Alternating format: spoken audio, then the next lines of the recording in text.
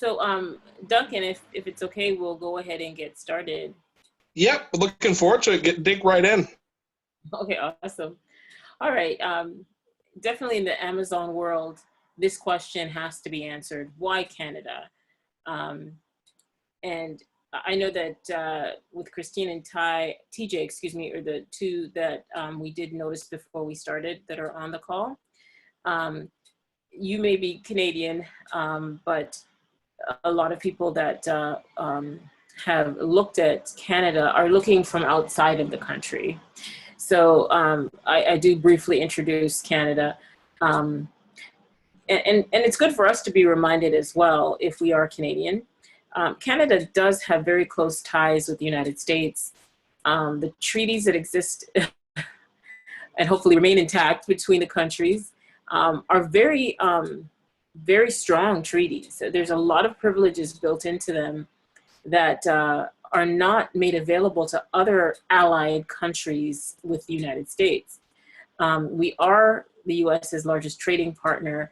We have very close cultural similarities, and we share the same physical continent. So with all that closeness, there's definitely a strong similarity between the products that Americans like and the products that Canadians like. There are differences, of course, but with the us sharing media sources, the same commercials that are airing in the United States, by and large, are being aired in most of our cities here in Canada. So you put that all together, the product demand that's in the United States, you can draw strong direction from demand in the United States on Amazon.com to look at Amazon.ca. And I'll speak more to that in a couple of slides. Now, Canada, though, it has what appears to be a drawback, right? The sparse population. We're really kind of a country of big cities where most of the population is concentrated in big centers, whereas the United States tends to be a country of small towns, just littered all over the place. What we found here in Canada is there's a lot of, in the big urban centers, a lot of congestion that's happened. That does lead to the situation where people, even if they have a Walmart that's up the street or they have a Costco nearby, it's not that easy to battle through traffic to get to those places. So more and more people are looking to online sources to find the things that they love and the things that they consume, or the things that they're searching for, they're not sure that their local store has any quantity left of. Canadians, when you compare us to our American counterparts, we do have relatively high disposable income. That may be by choice, maybe it's because we just choose to use more of our income to dispose, but we do have a relatively good standard of living here. We have strong access to consumer credit on average across the country. And for reasons we won't get into, we do here in Canada have a strong tolerance for higher prices relative to what the same item could be priced for in the United States. When you look at all these things, take all these things together, the Canadian marketplace is really filled with consumers that are perfect candidates for a Prime membership, Amazon Prime membership. And what that means is it leaves an excellent opportunity for third-party sellers or manufacturers or brand owners to leverage fulfillment by Amazon. What we found, however, is that that's not really happening, where the Fulfillment by Amazon program is not being accessed to the degree that it could or should. So when we speak about Amazon Canada, I wanted to highlight some things that I found. These are samples from my own selling experience that I used to highlight this point. On this first pictorial slide, I've taken screenshots from the Amazon Seller app. And, you know, if you don't already have that downloaded onto your smartphone or your tablet, you definitely want to do that. Now, this particular toy was something that I found at a Mattel outlet here in the suburb of Toronto. And this toy, when I looked at it, it wasn't profitable in the United States at all. This was, you know, a great rank in the United States, but I couldn't make any money from it. You can see if you sell them on .com, 36,000 in toys, that's a pretty decent selling toy. And it wasn't the Christmas season when I sourced this. So, you know, middle of the year, 36,000 in toys, that's not too bad. But from the numbers, 33.75 as the price, the prevailing FBA price with the fees and my cost of purchase that's converted into US dollars here, the profit was negative. So that wasn't going to work for me. So we could stop there and say, hey, you're in, you know, if you're doing retail arbitrage, you're, you know, in a store and you're saying, well, no, I'll leave this because it's not going to sell on .com. Well, what does it look like on Canada? So this screenshot is from the Seller app. This was just a shot taken once I sent this toy into FBA in Canada. So it had just arrived. That one FBA seller at $69.99, that was me. The rank was still not attractive for Canada because 41,000 in toys is not an attractive rank in Canada. What I found in toys, 20,000 and under with an FBA seller present is what you would say is, you know, a decent rank and lower. But I sent this in, I purchased all 5 that the Mattel outlet had left. I priced it at $69.99 just to test it. I was like, I don't know what price is gonna work. Let me just start here. And I plugged in these numbers. I said, you know, that's a decent profit. Let's go with it. Well, I sent in my 5, and within a week of sending them in, after I took this screenshot, all of them sold at $69.99. So that tipped me off to like, okay, you know, something could be not profitable in the United States. I could like buy 1 or 2, maybe 3, depending on how I felt, and test it out. In the absence of an FBA seller on Amazon Canada, the rank is going to be bad. You're going to see crazy prices from the merchant fulfill offerings, usually by a US-based seller who is not trying to sell this in Canada. They don't want to ship to Canada. So they set a price that is outrageously bad, really high. It discourages sellers and they will not touch the listing. So you, if you come and look at it, you see that horrible rank, high price, you can walk away, but take another look. Is there an FBA seller? What happens when an FBA seller attaches to a listing and starts making this a prime offer? There's a different response that you'll see from the Canadian marketplace. What about the issue of too much buy box competition in the US? I'm going to use this toy as an example from last Christmas, the fingerlings. Now, this is a Wowie brand toy. They've, I'm sure for this year, they really locked this brand down quite a bit, and specific ASINs within this brand are restricted to even sellers that were able to sell it last year. But maybe October-ish last year, it was clear that this was going to be the #1 toy. In the United States, which is this screenshot, you can see that there were already, October, there was 146 sellers on this listing for the Mia fingerling. The price was at its bottom. Like, you could buy it in Walmart at this price. So there was no profit in it at this juncture. So without even plugging in what the buy cost would be, you could see I could never buy this for $13 US.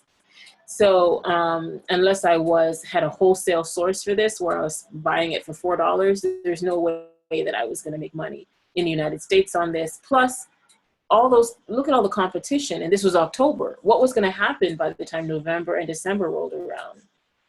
But the one thing that was also clear with this toy being number one or close to it, different variations of it were number one, was that I would probably be dealing with, bottomed out pricing. Even though the price was going to increase, the price would still be lower because of the amount of competition vying for that sale. So same time period, October, I looked at the same toy on Amazon.ca. Now, I know that sales are less frequent in Canada because of the lower population. However, a number 3 in any category, and this was number 3 in toys, you'd be challenged to keep up with the demand as a seller of this item. So it was a great rank even in Canada, but take a look at the number of FBA offers, 10 versus 146 in the US. So, I felt, yeah, it is way better to sell this in Canada. And in October at $34.77, this was the lowest this price was going to be with so few competitors, right?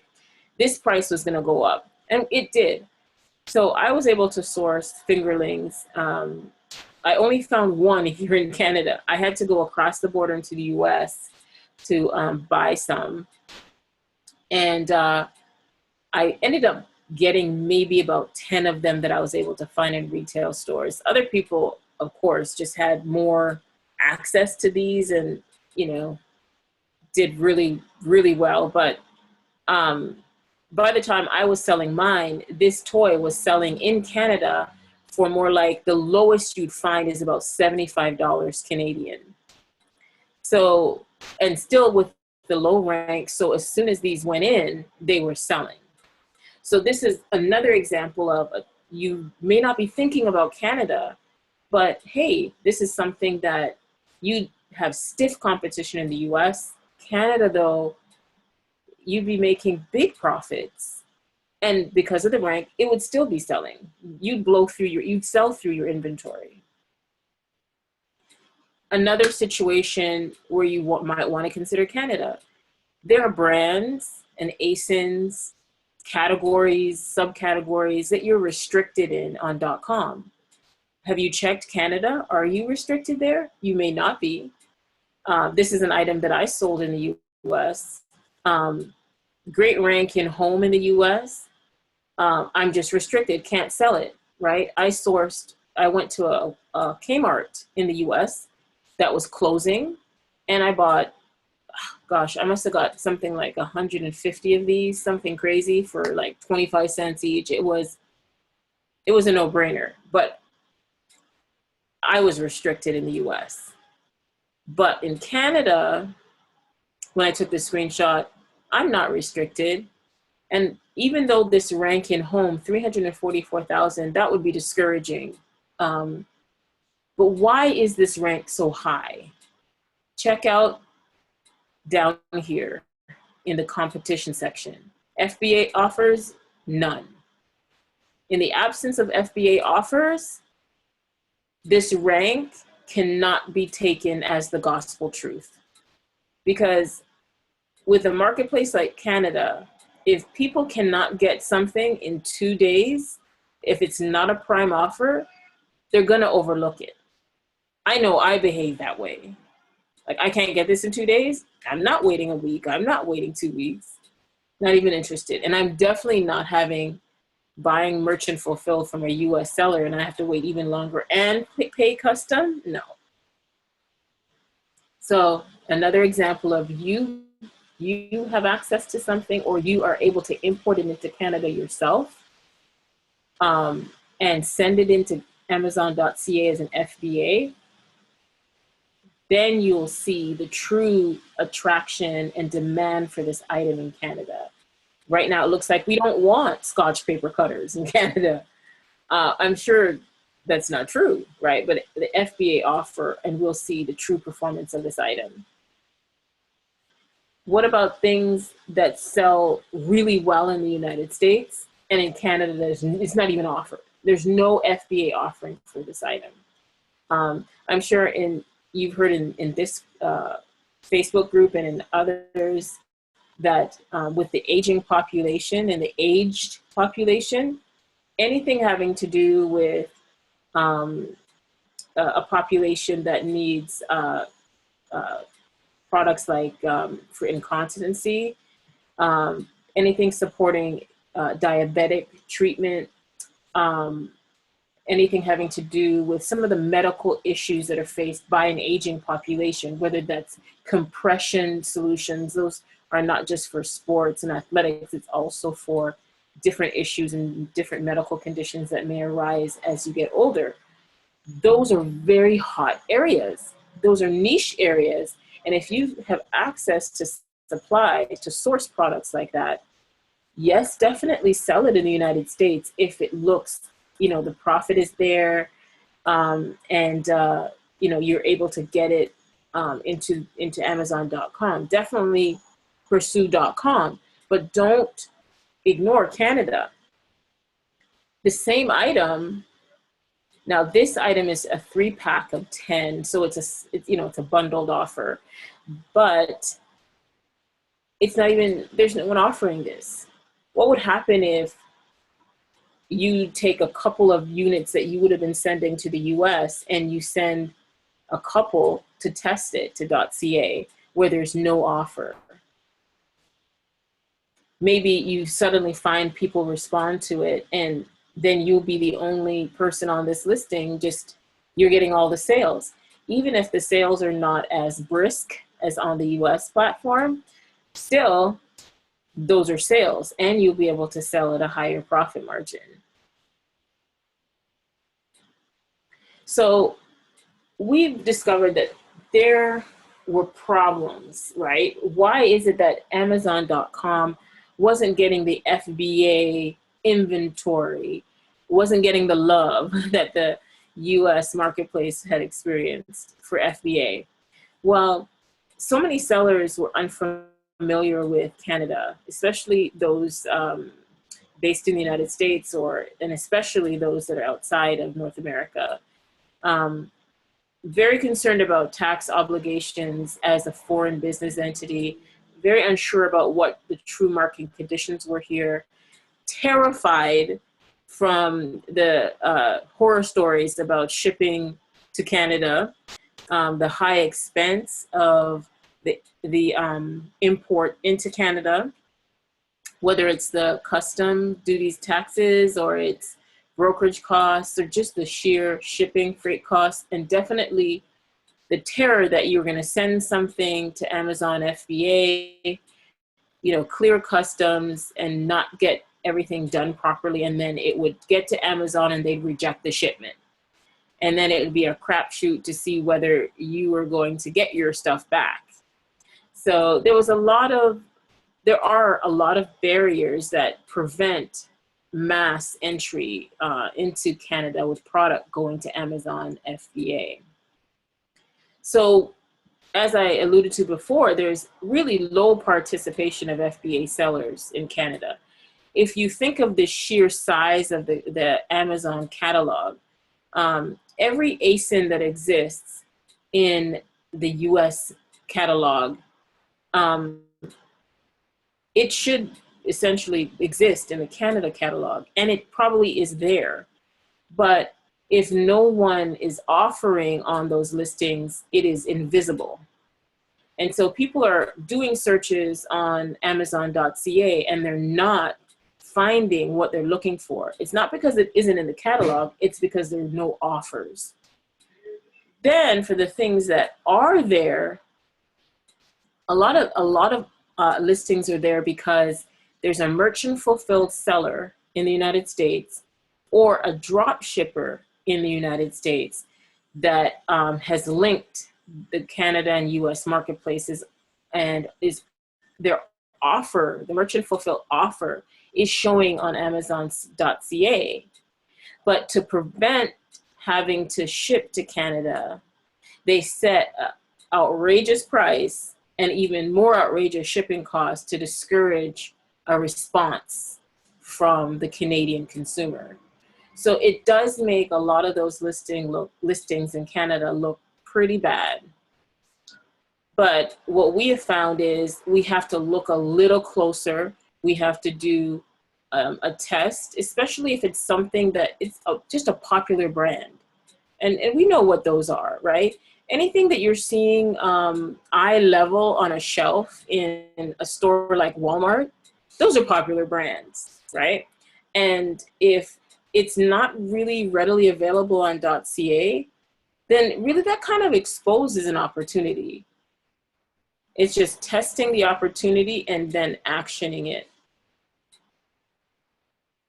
So we see a lot of stagnant listings. We see discouraging bestseller ranks, and that's because of unresponsive customers. But the opportunity we have is low or no competition in Canada, wise pricing, improving listings on .ca to make sure, they get the love, right? Maybe are there keywords on these listings? What does the product title look like? It could stand some improving maybe. What are the bullet points looking like with the description? Maybe that will help the listing. We just need to give it a little bit more love, and maybe we will see some of these popular brands see the attention in terms of demand that we can expect. Now, we're not alone. We have product research tools such as Jungle Scout, the free version, as well as the pro version. Camel works for Canada. Keepa, a very valuable Chrome extension, or any browser extension. Keepa is really great. That I do recommend, and I'm sure you've heard a lot about Keepa previously. Inventory Lab has not expanded itself to accommodate Amazon Canada. Maybe someday we'll be able to convince them to, but for now, Inventory Lab, no.